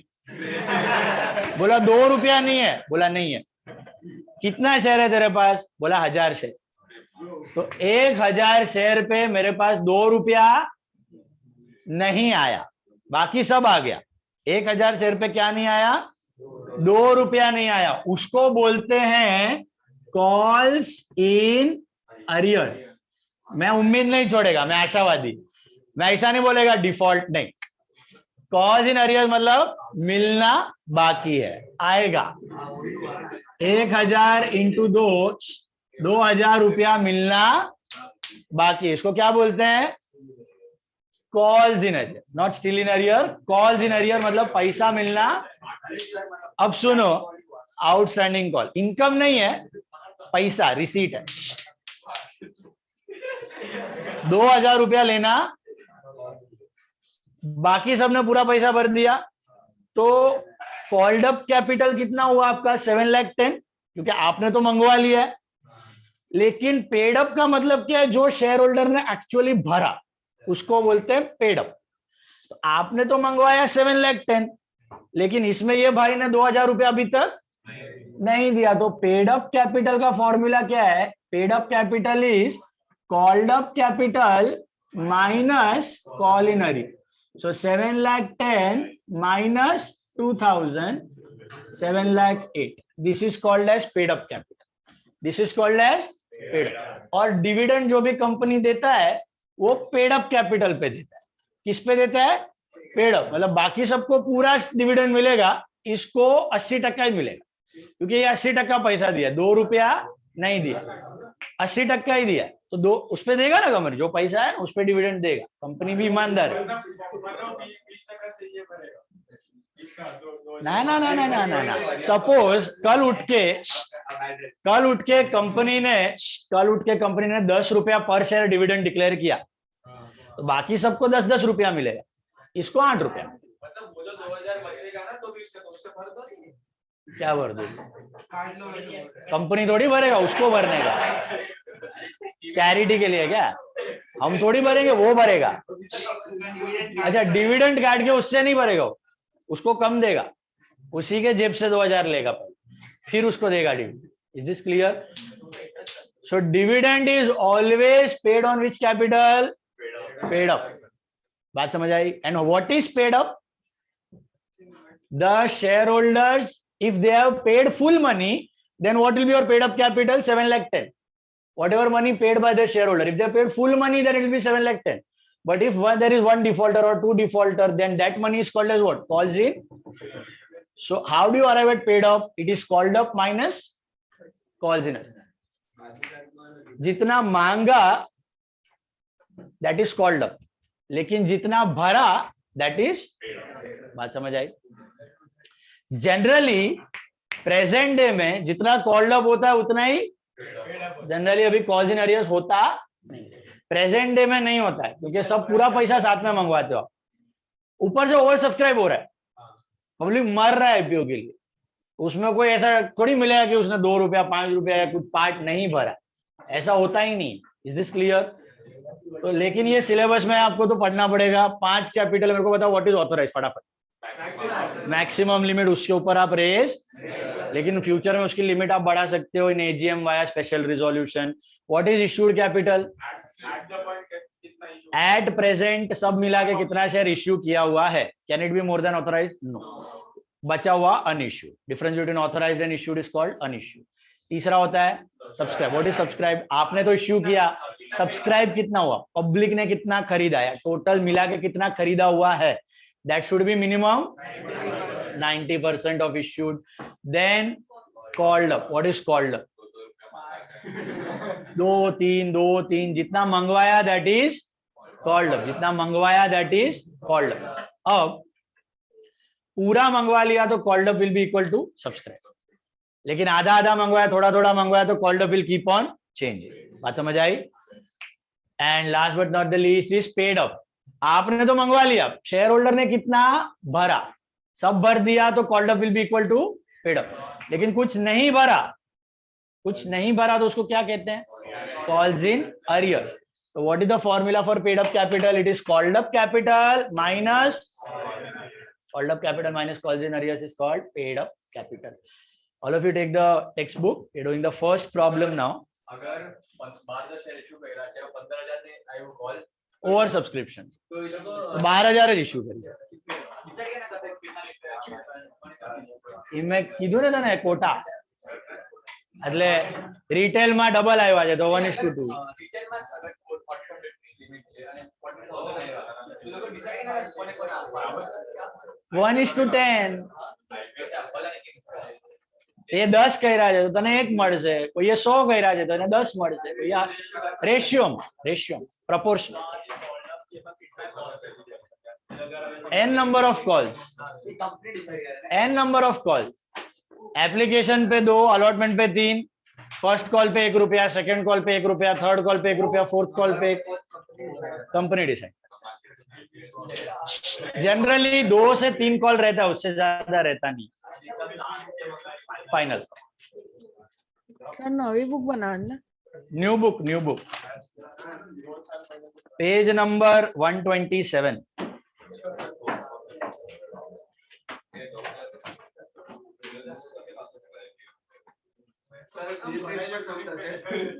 हाँ, एक साइड पर થઈ જશે. जर्नली करना है. देखो 27th sum, 127 first sum. I told you what are we supposed to do in the chapter. So we are supposed to make journal. We are supposed to write the transactions at the time of issue. Issue के वक्त company के book में क्या क्या transactions होता है वो record करना है. ओके. फर्स्ट सम देखो क्या दिया है. Regan company limited with an authorised capital of 1 lakh equity shares of 10 each. पहले तो अंडरलाइन करो ऑथराइज्ड कैपिटल को. सब लोग underline that authorised capital and remember it is just a piece of information. Authorised capital से आपका प्रॉब्लम का कोई लेना देना नहीं. Ignore it. 10 रुपए के 1 लाख शेयर है तो what is the total amount of authorised capital? 10 lakh. वो मैक्सिमम लिमिट है, उतना वो रेस कर सकता है. Issued 50,000 equity shares. कितना इश्यू किया है? 50,000. अभी इसमें वो फैमिली वाला मत समझना, डायरेक्टर प्रमोटर वाला. सबका सब इश्यू किया. डायरेक्टर प्रमोटर का सब मिला के कितना इश्यू है? 50,000. Got it? Professionally managed. ऐसे ही समझ आएंगे आपको. तो 50,000 शेयर उसने इश्यू किया है. What is the breakup?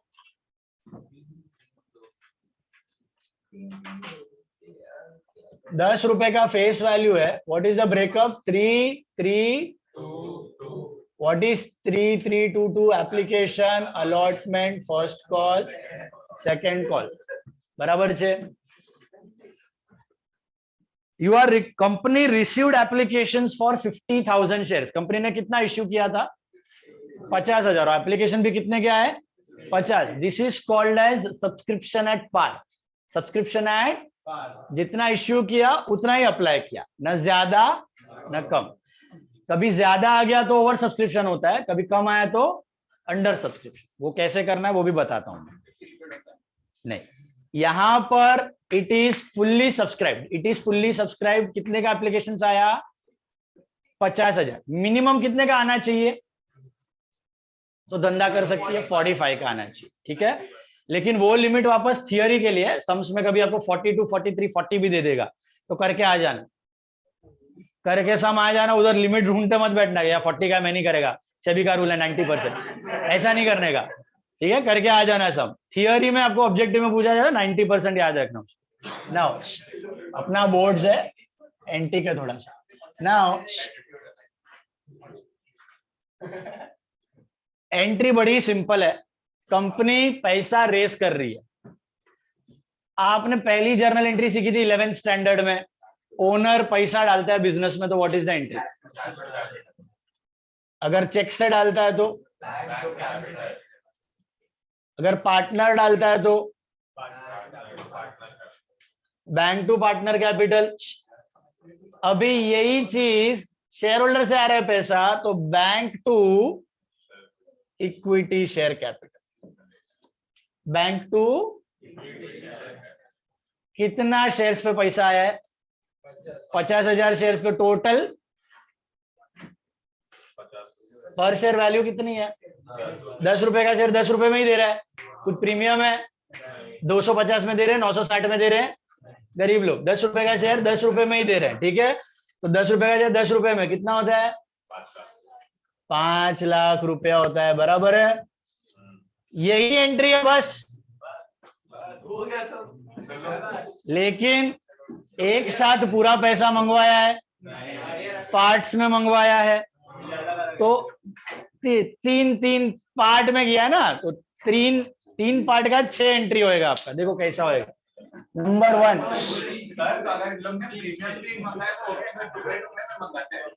मंगवा सकते हैं टुकड़े टुकड़े साथ में भी और टुकड़े टुकड़े में. दोनों वे से. प्रीमियम थोड़ा एप्लीकेशन पे, थोड़ा अलॉटमेंट में, थोड़ा फर्स्ट कॉल पे, ऐसा भी मंगवा सकते. करेंगे हम लोग।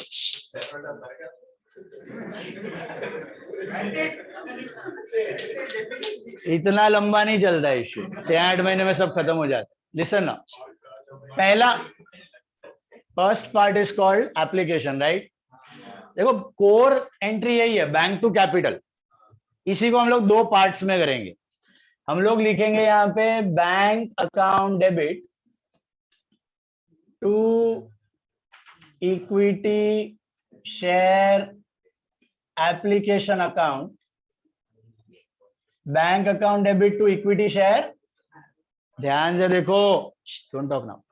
Bank to equity share application account, कितना शेयर्स था 50,000 इंटू कितना मंगवाया एप्लीकेशन पे 3 rupees, I think it comes to 1,50,000 बराबर छे।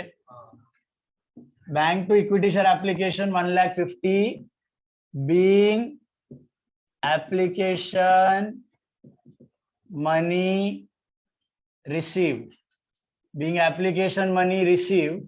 और ताबड़तोड़ वेरी नेक्स्ट एंट्री क्या होगी आपकी, देखना ध्यान से, it is equity share application account debit to equity share capital account, सबका वही रहेगा। दिस इज, हाँ, this is being application money transferred to capital. आपको समझ आया मैंने क्या लिखा है यहाँ पे? Bank to application and application to capital. ध्यान से देखोगे ना तो ये कट हो रहा है। What are you left with, यही है ना। लेकिन 5 लाख रुपया नहीं मंगवाया, फिलहाल कितना मंगवाया है आपने? 1.5 लाख, 1,50,000। नहीं नहीं, इसीलिए तो है ना भैया एप्लीकेशन। एक मिनट, व्हाट सर अगर प्रीमियम भी होता तो यहाँ पर करेंगे बेटा, प्रीमियम आएगा, डिस्काउंट आएगा, एक एक करके બધું આવશે। प्रीमियम આવશે तो आ एंट्री में આવશે, equity share application to capital to premium transfer entry. लिखो, ये लिखो, एक एक करके खाओ, थोड़ा थोड़ा खाओ। Yes, what were you asking? Combine मत करना, अलग एंट्री लिखना है, अलग नरेशन लिखना है, ठीक है। ऊपर लिख देना कौन है in the books of Reagan. Format याद है ना जर्नल का, डेट, पर्टिकुलर, हाँ, LF, debit, credit.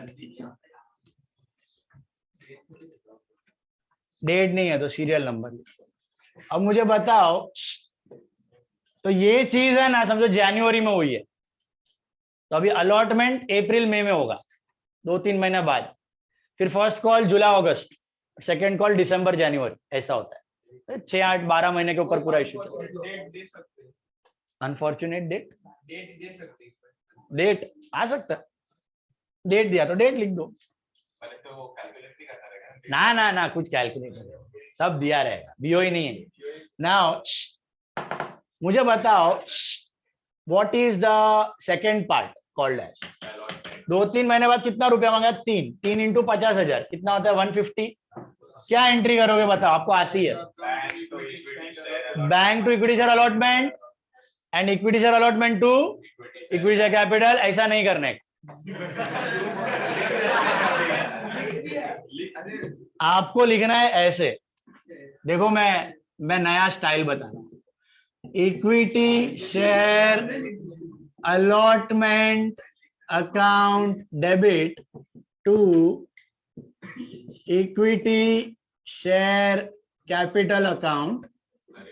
Okay, equity share allotment to equity share capital, और बाद में bank account debit to equity share allotment.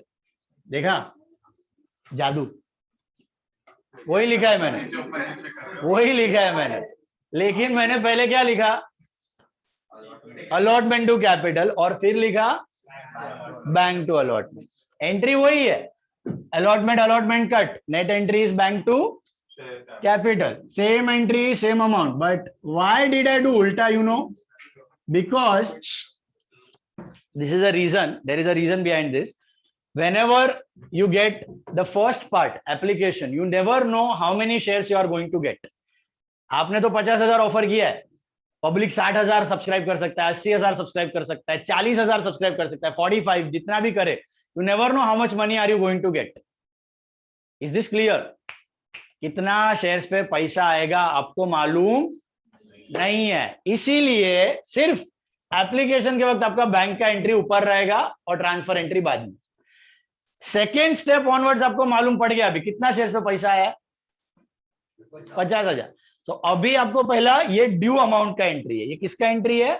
Due amount. This is called, transfer भी लिख सकते हो, या being allotment due, being allotment due, and this is being allotment money received, allotment money received। Ideally है ना, एप्लीकेशन में भी पहले ऐसे ही होना चाहिए था, पहले रिसीवेबल फिर रिसीव, पहले रिसीवेबल फिर रिसीव। यहां पर वही है, पहले रिसीवेबल फिर रिसीव, रिसीवेबल फिर रिसीव। बट एप्लीकेशन में ये पॉसिबल नहीं है, क्योंकि you don't know how much money you are going to get, more और लेस, ज्यादा भी हो सकता है, कम भी हो सकता है। तो पहला बैंक का एंट्री। सेकेंड स्टेज ऑनवर्ड्स, पहले ट्रांसफर फिर बैंक, पहले ट्रांसफर फिर बैंक, पहले ट्रांसफर फिर बैंक। ऑर्डर उल्टा कर देना है बस। एंट्रीज आपने एकदम करेक्ट बोली है, खाली ऑर्डर उल्टा करना।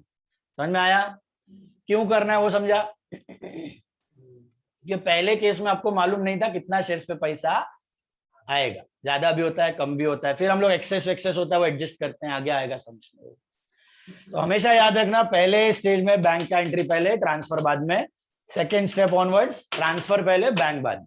यही लाइन पे मुझे बताओ थर्ड पार्ट का क्या एंट्री करोगे?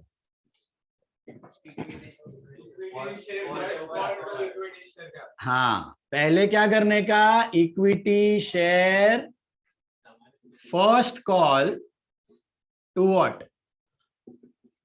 हाँ, हेलो, इक्विटी शेयर कैपिटल। पहले फर्स्ट कॉल टू कैपिटल, और अमाउंट कितना लिखोगे आप? 50,000 इंटू कितना मंगवाया? 2 रुपया, तो 1 लाख। सीधा 10 मत कर देना, गरीब कंपनी है, 2-2 3-3 2-2 3-3 मंगवा रही है। Is this clear? हेलो, एक साथ मंगवा लिया तो वही बैंक टू कैपिटल, खत्म, पत्ती क्यों? अभी होता है तो यही होता है, काश अभी होता, अभी नहीं है। चलो, equity share first call to equity share capital, this is, narration बोलो मेरे को, being first call due, what will be the entry? Second part का एंट्री क्या करो? 6th entry. ना अरे अनु रिसीव कर, bank to equity share capital. अरे यार, bank to equity share first call. बावला लोग तुम लोग, बैंक टू कैपिटल कैसा? Bank to first call, capital लिया लोचा रे जैसे, इजी में लटकी जैसो तमे। Bank to equity share first call कितना?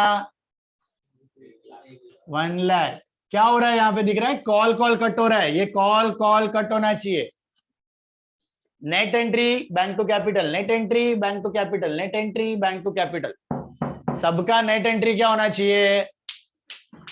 बोलो, नेट एंट्री क्या होना चाहिए? Bank to capital. Bank to capital कभी होएगा? कॉल टू कैपिटल और बैंक टू कॉल, तो ही होएगा ना, समझा कि नहीं? This is being first call received. अभी लास्ट 2 एंट्री गड़बड़ भी ना, मेरे को ऑर्डर से परफेक्टली बोलना क्या लिखोगे आप, 7th और 8th। 7th एंट्री क्या लिखोगे? इक्विटी शेयर, हाँ सेकंड लास्ट है ना, तो क्या लिखने का? Second and final call.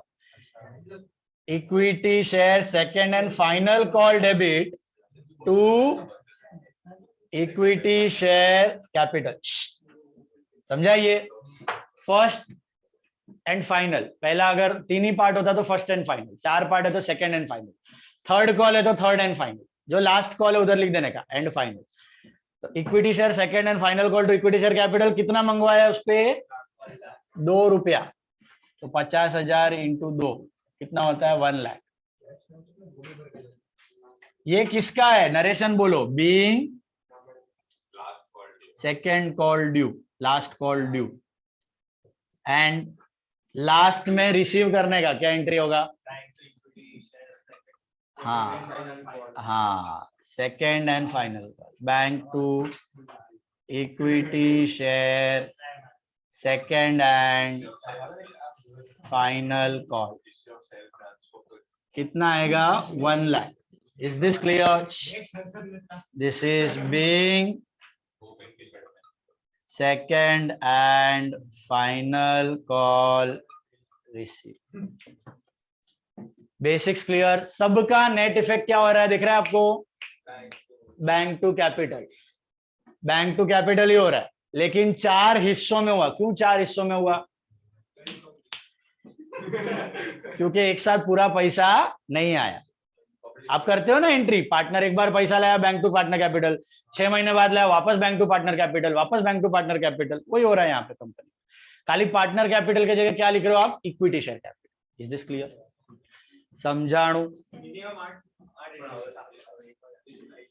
8 6 भी हो सकता है, 3 पार्ट है तो 6 भी हो सकता है। चलो next sum.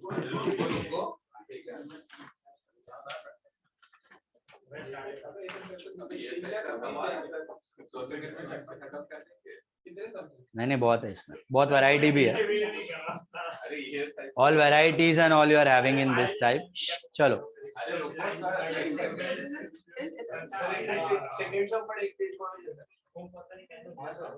Sorry, yes next one, some number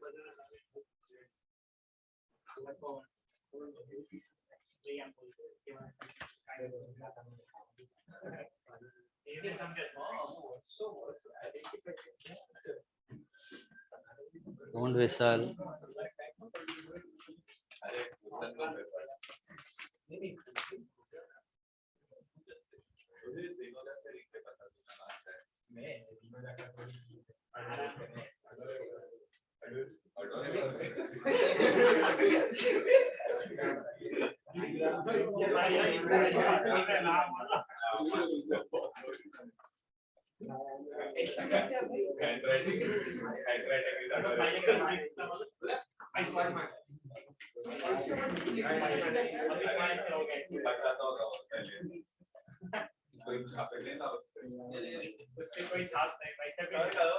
One minute.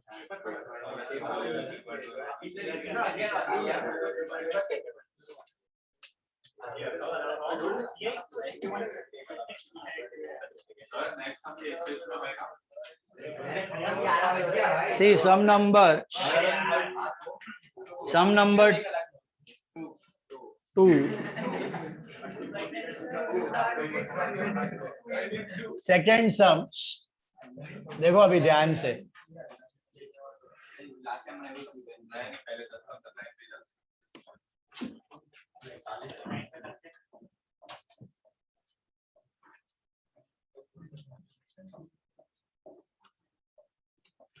second sum in the books of Rennet and Company, in the books of Rennet and Company, देखो Rennet Company Limited is incorporated with an authorized capital of 5 lakh divided into 50,000 equity shares of 10 each. क्या authorise capital कुछ काम का है? नहीं, आगे बढ़ो। The company issued 50,000 shares of 10 each. कितना शेयर्स इश्यू किया उसने? 40,000 shares it issued, 40,000 shares it issued of 10 each, बराबर है। और ब्रेकअप क्या है? 2 on application, 4 on allotment. 2, 4, 2, 2. Application, allotment, first call, second call. Applications were received for 36,000 shares. देखो अभी, is it over subscribed or under subscribed? आपने तो issue किया था 40, पब्लिक को इंटरेस्ट नहीं था, उन्होंने कितना अप्लाई किया? 36. स्टिल आप 90% तो कवर कर गए, जिंदा हो तुम, ठीक है? तो आप ट्रेडिंग सर्टिफिकेट ले सकते हो, धंधा कर सकते हो, लेकिन दिक्कत वाली बात हो गई है, आपने इश्यू किया था 40,000 और एप्लीकेशन आए, तो आपको कितने शेयर्स का एंट्री करना पड़ेगा? झक मार के 36. अभी 40 को भूल जाने का, ये पैसा ही कितना आया? तो 36 का, all the transactions would be on 36,000 shares. Forget 40. Is this clear? Why? We cannot pass off 40,000 shares. You understood? तो पैसा ही 36 पे आया, पैसा ही अंडर सब्सक्राइब हुआ, तो वही शेयर लेके आगे बढ़ो. 40 को भूल जाओ, 50 को. 50 तो वैसे भी काम का नहीं था, अपर लिमिट था. 40 को भी भूल जाओ. अभी किस पे करने का एंट्री? 36. सब एंट्री 36 पे. अब 34 तो पण કરી નાખવાનું, सम्सમાં કરી નાખવાનું. 34 नहीं लेवान. ओके, सम में 34,000 होएगा तो छोड़ के मत भाग जाना, 34,000 पे करके आ जाना एंट्री. चलो,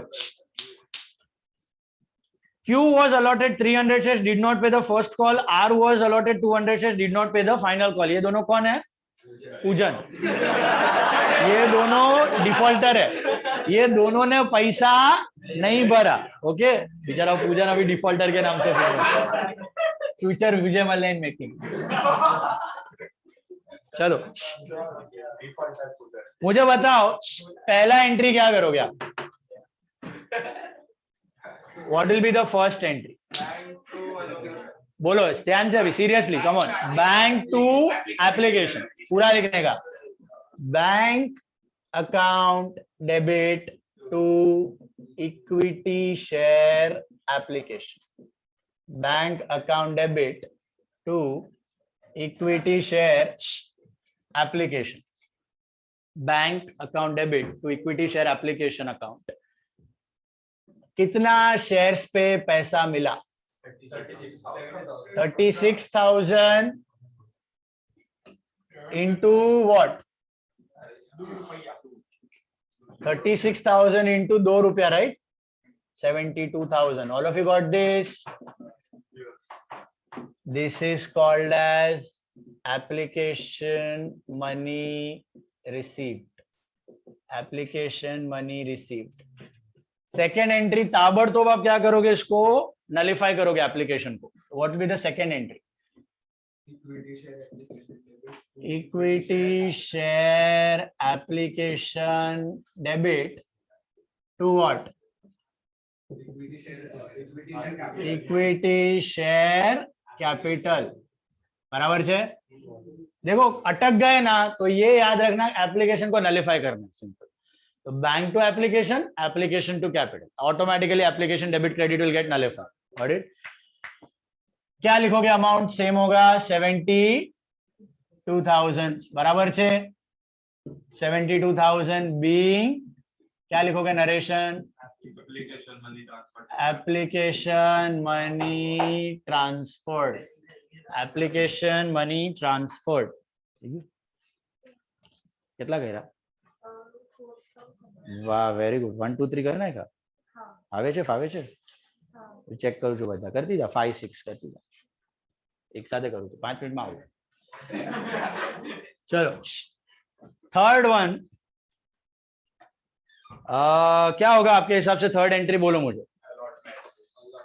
हाँ, अलॉटमेंट का, लेकिन क्या? बैंक टू अलॉटमेंट की अलॉटमेंट टू कैपिटल? अभी से ऑर्डर उल्टा कर देने का. सुना ध्यान से, लास्ट समय भी पहला 2 एंट्री में बैंक पहले, ट्रांसफर बाद में. बट अलॉटमेंट स्टेज से ट्रांसफर पहले, बैंक बाद में. एक्चुअली ट्रांसफर पहले ही होना चाहिए. पहले रिसीवेबल फिर रिसीव, पहले रिसीवेबल फिर रिसीव, पहले receivable.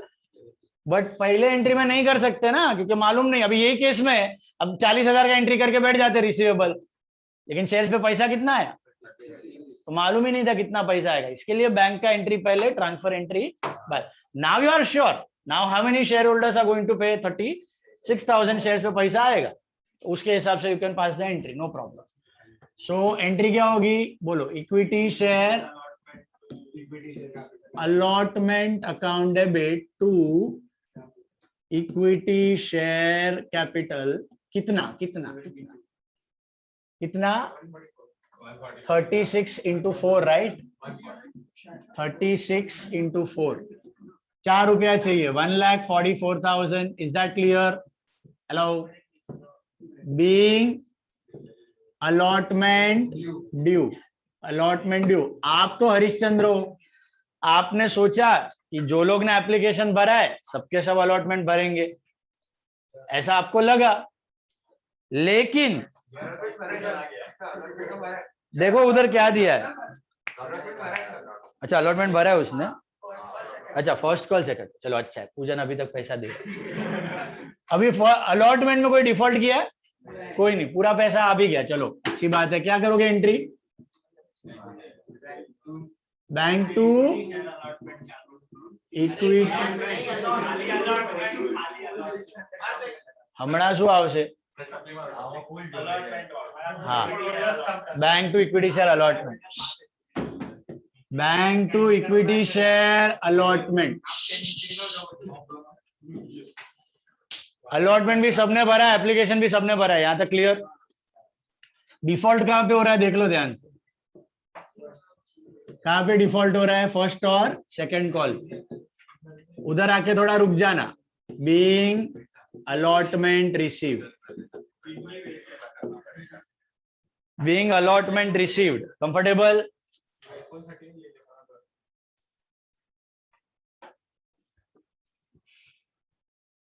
Okay. Now fifth entry, आपका एप्लीकेशन हो गया, अलॉटमेंट हो गया. What is the fifth entry now? First call. पहले ड्यू की receive, due. What will be the entry? Equity share first call account debit to equity share capital. बराबर છે? કેટલા શેર્સ પર કેટલા પૈસા? 36,000 પર 2 रुपया. That comes to 72,000. Is that correct? है ना? Being first call due, first call due. बराबर. अभी हमको तो लगा सब लोग पैसा देगा, लेकिन उधर पढ़ो क्या दिया है. Q was allotted 300 shares, did not pay the first call. ये भाई ने डिफॉल्ट कर लिया. तो क्या आपने को पूरा पैसा मिला है फर्स्ट कॉल का? नहीं मिला है, कम मिला है. कितना कम मिला है? 300 into 2 600. उसको क्या कहते हैं? Calls in. What is calls in arrear? He is a debtor. Calls in arrear मतलब डेटर, पैसा लेना बाकी है. इज अ डेटर, पैसा लेना बाकी है. तो एंट्री क्या हो जाएगी देखना आप. सीधा सीधा नहीं मार देने का बैंक टू फर्स्ट कॉल. क्या मारने का? देखो, बैंक अकाउंट डेबिट, हाँ, calls in arrear account debit, bank account debit, call in arrear debit to equity share first call. Bank call in arrear to equity share first call. First call में कितना expected था? 72, same. लेकिन कितना नहीं आया? 300 into 2 rupees, that is 600. ये नहीं आया, इसको बोलते हैं कॉल इन अरियर. और बचा कितना? 71,400. that is what is received in bank. 71,400. Narration में लिखने का being first call received and call in arrear adjusted. First call received and call in arrear adjusted. इसका मतलब बताओ मुझे कोई, क्या हुआ? What do you mean by this? ये आउटस्टैंडिंग रिसीट जैसा है. हाँ, ये रिसीवेबल अमाउंट है. Call in arrear is like debtor. ये पैसा लेना हमने उम्मीद नहीं छोड़ा. भले उसने अभी डिफॉल्ट किया, we are not writing off that amount completely, we are showing it as receivable. बाद में आगे जाके करेंगे, फोरफीट करेंगे, वो आगे की बात है. बट फिलहाल इसको क्या बता रहे हैं, पैसा आना बाकी है, डेटर है, इसके लिए डेबिट किया, बैंक पैसा आ गया, डेटर पैसा लेना बाकी है। कल उसका मन हुआ, 1-2 हफ्ते के बाद पैसा आ गया, दे के चला गया अपने को, तो क्या एंट्री करते हो, डेटर से पैसा आ गया तो बैंक टू डेटर, तो इधर बैंक टू कॉल इन, अगर पैसा आया तो okay within a week और समवॉट लाइक दैट, तो बैंक टू CIA मार के आप सेटल कर दोगे, सेट ऑफ कर दोगे उसको, बट वो आया नहीं, अफसोस। अब जाते हैं हम लोग सेकेंड कॉल पे। What is the entry for second call now, बोलो क्या करूंगा, equity share second and final call debit to what, equity share capital, बराबर छे, hello, equity share second and final call to equity share capital कितना, 36,000 into 2 only 72। मैंने क्या बोला, company की आशा अमर है, भले ही उसने डिफॉल्ट किया है, कंपनी एक्सपेक्ट करेगा कि कभी तो उसकी आंखें खुलेंगी और सेकंड कॉल के वक्त शायद पैसा दे दे। डिफॉल्ट किया है उसने, 600 रुपया नहीं दिया है, तो भी छोड़ने का नहीं, इधर तो पूरा ही मंगवाने का, अपने को पूरा ही मंगवाने का, सेकेंड कॉल पे एक्सपेक्ट करने का कि सब लोग भरेगा। Being second call due, second call due, बराबर से, छोड़ने का नहीं, अपने को सोच के चलने का कि शायद पैसा आएगा, या इधर नहीं भरा तो आगे पूरा पैसा दे देगा शायद। लेकिन पढ़ो सेकेंड कॉल में क्या हो रहा है, 400 रुपया कम है। हाँ, R was allotted 200 shares, did not pay the final call। अभी गम्मत, वापस क्या एंट्री करो, पहले एंट्री बोलो मेरे, बैंक अकाउंट डेबिट, पूरा पैसा आया क्या, नहीं, डिफॉल्ट किया है, किसने डिफॉल्ट किया है, R ने अभी पैसा नहीं दिया है, bank call in arrear to equity share second and final call. अब मुझे सोच के बताओ, R ने तो पैसा नहीं दिया, क्या Q ने पैसा दिया है, सब में दिया है, did Q pay the balance amount somewhat like that, no. तो इसका मतलब क्या है, सुनना ध्यान से, अगर कोई बंदा फर्स्ट कॉल नहीं भरता है ना, तो अज्यूम करने का वो सेकंड कॉल भी नहीं भरता है। अगर कोई बंदा अलॉटमेंट नहीं भरता है ना, तो अज्यूम करने का वो फर्स्ट एंड सेकंड कॉल भी स्पेसिफाई करके नहीं दिया है ना, मतलब जहां पे उसने डिफॉल्ट चालू किया उसके बाद सब डिफॉल्ट, उसके बाद सब डिफॉल्ट। मतलब यहां पर सेकंड कॉल लेते वक्त आपके पास एक डिफॉल्टर नहीं है। Who are the two defaulters, Q and R। R तो अभी अभी बोला नहीं भर रहा हूं मैं, फर्स्ट कॉल तक भरा था उसने।